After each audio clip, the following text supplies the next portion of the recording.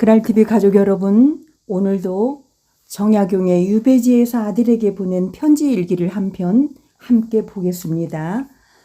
주제는 삶의 기준에 대하여 1816년 5월 3일 일기입니다.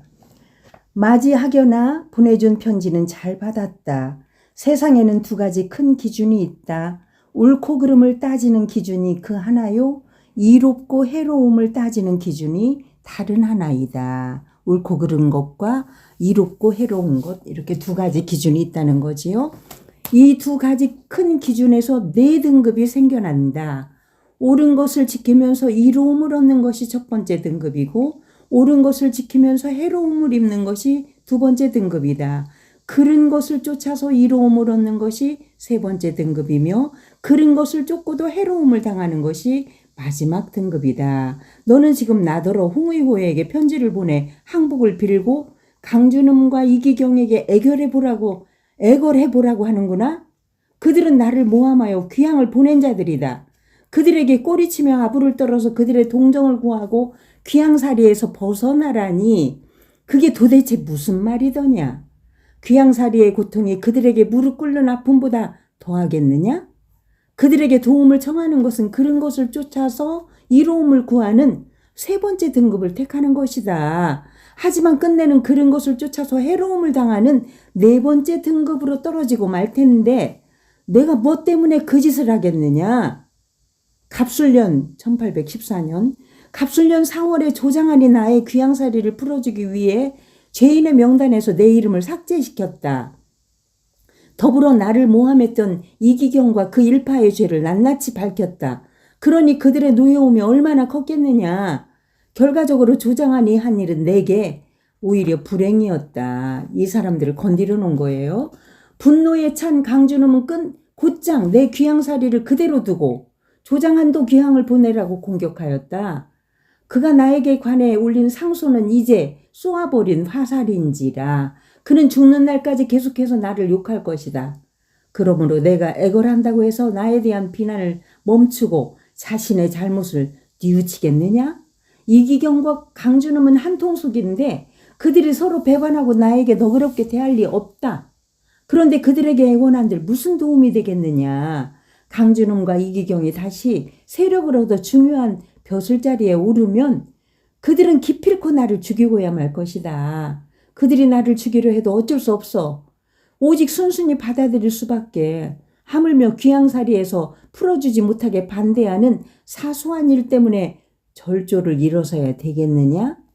비록 내가 절개를 지키는 사람이 아니더라도 그들에게 아부하는 것이 세 번째 등급도 될 수 없다는 것을 안다. 다만 네 번째 등급으로 떨어지는 것만 피하려는 것이다. 만일 내가 동정을 구걸하면 세 사람은 비웃으며 말할 것이다.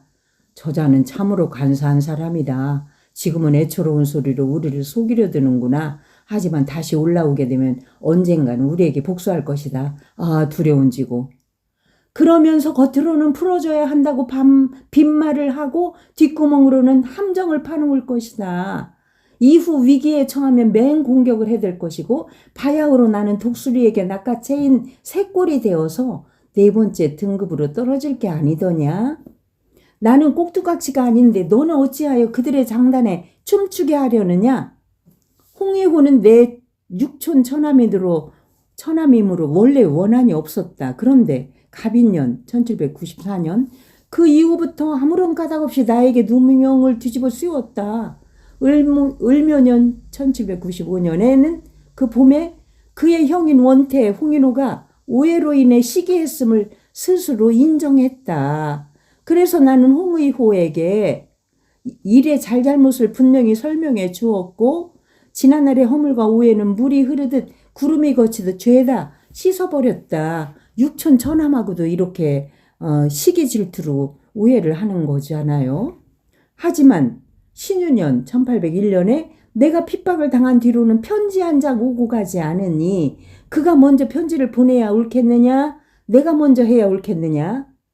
그 사람은 내게 안부 편지 한 장 보내지 않으면서 도리어 내가 편지를 하지 않는다고 서운해한다고? 이는 자기 기세만 내세워 나를 지렁이처럼 업신여기는 게 아니냐? 그런데 너는 누가 먼저 편지를 보내는 것이 옳은지 밝히지는 않고 그 사람에게 고개를 조아리고 예 하면서 지낸단 말이더냐? 너 또한 부귀영화에 홀려서 이 부모인 아버지 나를 업신여기는 것이더냐? 슬프도다 슬프도다. 그는 나를 패족의 더러운 사람이라고 여겨 함부로 대하고 있는 거야. 그런 자에게 내가 먼저 얼굴을 치켜 올리고 우러러보며 간청하는 편지를 보내야 하겠느냐? 세상에 그런 일이 어찌 있단 말이더냐? 내가 귀양에서 풀려 돌아가느냐 못 돌아가느냐 하는 것은 아주 큰일이다. 때로는 목숨을 버리고 의리를 택해야 할 때도 있다. 하물며 그처럼 사소한 일로 남에게 아양을 떨고 구걸하며 살 수야 있겠느냐? 그리하면 나라에 난리라도 났을 때 임금을 저버리고 적에게 항복하지 않을 사람이 과연 몇이나 되겠느냐? 내가 살아서 고향 땅을 밟는 것도 운명이요. 고향 땅을 밟지 못하는 것도 운명이다. 사람이 할 일을 다 하지 않고 하늘의 뜻만 기다리는 것은 옳지 않다. 그러나 하겨나 너는 이미 사람이 해야 할 일을 충분히 했느니라. 이러고도 내가 끝내 돌아가지 못한다면 이 또한 운명일 것이다. 아버지를 위해서 지금 이렇게 청을 한 것, 이것이 학연이가 아들로서 충분히 한 일이라는 거죠. 이러고도 내가 끝내 돌아가지 못한다면 이 또한 운명일 것이다. 강주는 그 사람이 어찌 나를 막을 수 있겠느냐. 학연아, 걱정하지 말거라. 마음을 크게 먹고 느긋하게 세상을 기다리자꾸나. 다시는 이 일로 왈가왈부하지 마라. 이렇게 대쪽 같은 아주 기계를 드러내는 정말 정약용다운 그러한 모습입니다. 소나무처럼 대나무처럼 이런 분들이 기계를 펼쳤기 때문에 우리나라가 이만큼 온 게 아닐까요? 1816년 5월 3일 일기였습니다. 여러분 지금부터 한 200여 년 전에 사람인데도 왠지 이분이 한 세대 같은 세대에 살고 계시다면 찾아가 보고 싶을 정도로 매력 있는 분이에요. 크라이티비 윤석희, 오늘도 여러분 이러한 선조들의 그 기계를 닮아서 오늘도 우리가 비틀거리지 않고 반듯하게 살아야 할 우리의 의무라고 생각이 듭니다. 함께 일기 쓰면서 글도 쓰면서 여러분 오늘도 화이팅!